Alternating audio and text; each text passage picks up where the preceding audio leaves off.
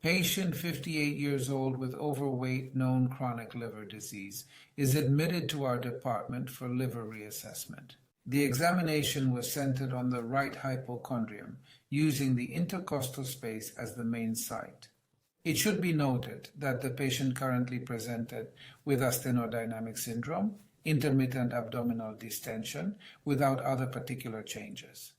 The convex transducer was chosen with a frequency of 3.55 MHz. The right intercostal space was investigated, and the right lobe of the liver was examined first. Subsequently, through an extended sliding, positioning the transducer subcostally, an investigation centered on the left lobe of the liver was also performed.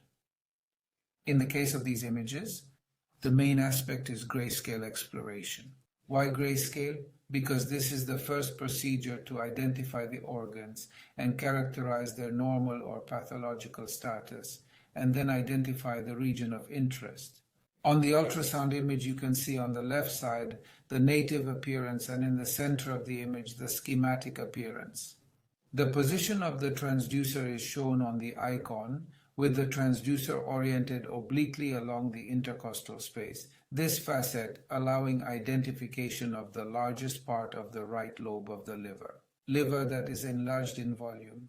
In this case, there is no caliper, but the indicative craniocaudal measurement from the level of the diaphragm to the lower edge of the liver exceeds 15 centimeters. In particular, the deformed liver capsule with lumps can be seen.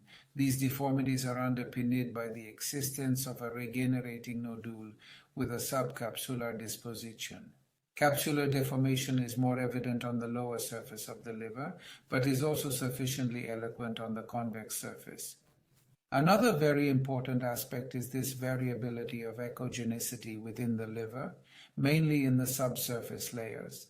We can see the subcapsule in more hypoechoic areas, with hyperechoic elements, with nodular character, this difference showing the existence of a pathological process with a distinct, different reflectivity in the different areas of the liver. There is also a very pronounced attenuation, which is expressed by the lack of echoes from the depth. The sum of these changes with variable echogenicity, very inhomogeneous structure of the liver parenchyma, and capsular deformation is highly suggestive of advanced chronic liver disease. We can see hyperechogenic nodules, which are 1, 2, 3 millimeters in size and confluent. This is a typical appearance of a regenerating nodule in cirrhosis of the liver. Examination using this window is important because it also allows visualization of the liver hilum. In this incidence, we see the two elements that matter in practical terms at this level, talking about the main bile duct and talking about the portal vein. It can be seen that on certain components, on certain areas of the portal vein, the caliber of the vessel is very dilated, at least 13-14 millimeters. As a peculiarity, there are echoes inside the portal vein, and these echoes may raise the question of thrombosis. Always, when there is a thrombosis inside the portal vein, we will try to explain whether the thrombosis is hematic or looks closed. If it looks closed, it may most likely correspond to a liver tumor, which may or may not be visible sonographically. On the right side, we have the dynamic image. You can see the sliding made to the transducer at the intercostal space. The hepatic parenchyma is very inhomogeneous. The liver capsule is deformed with lumps.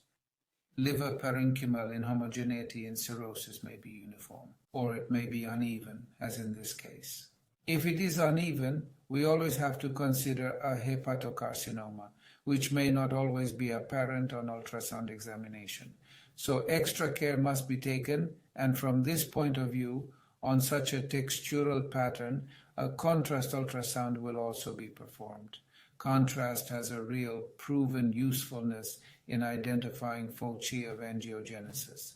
So there are certain risks of error on this model of cirrhotic liver, to which we can give the name, as the Italian authors say, restless liver, i.e., the concomitant existence of regenerating nodes, dysplastic nodes, and possibly dysplasia in others, with the risk of transformation into hepatocarcinoma. Obviously, we are at the first ultrasound investigation, which in a patient with chronic liver disease clearly demonstrates the existence of cirrhosis.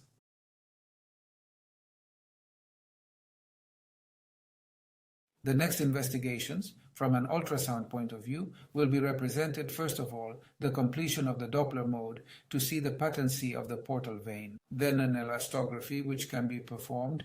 Given that there is no liver cirrhosis, it can be seen that there is no ascites around the liver, and then obviously the investigations will be completed with biochemical functional explorations specific to the liver, and also a computer tomography. The conclusion of these images, cirrhotic liver with pronounced restructuring, the so-called restless liver, pronounced portal vein dilatation, part of portal hypertension syndrome, increased risk of portal vein thrombosis, which requires further investigation.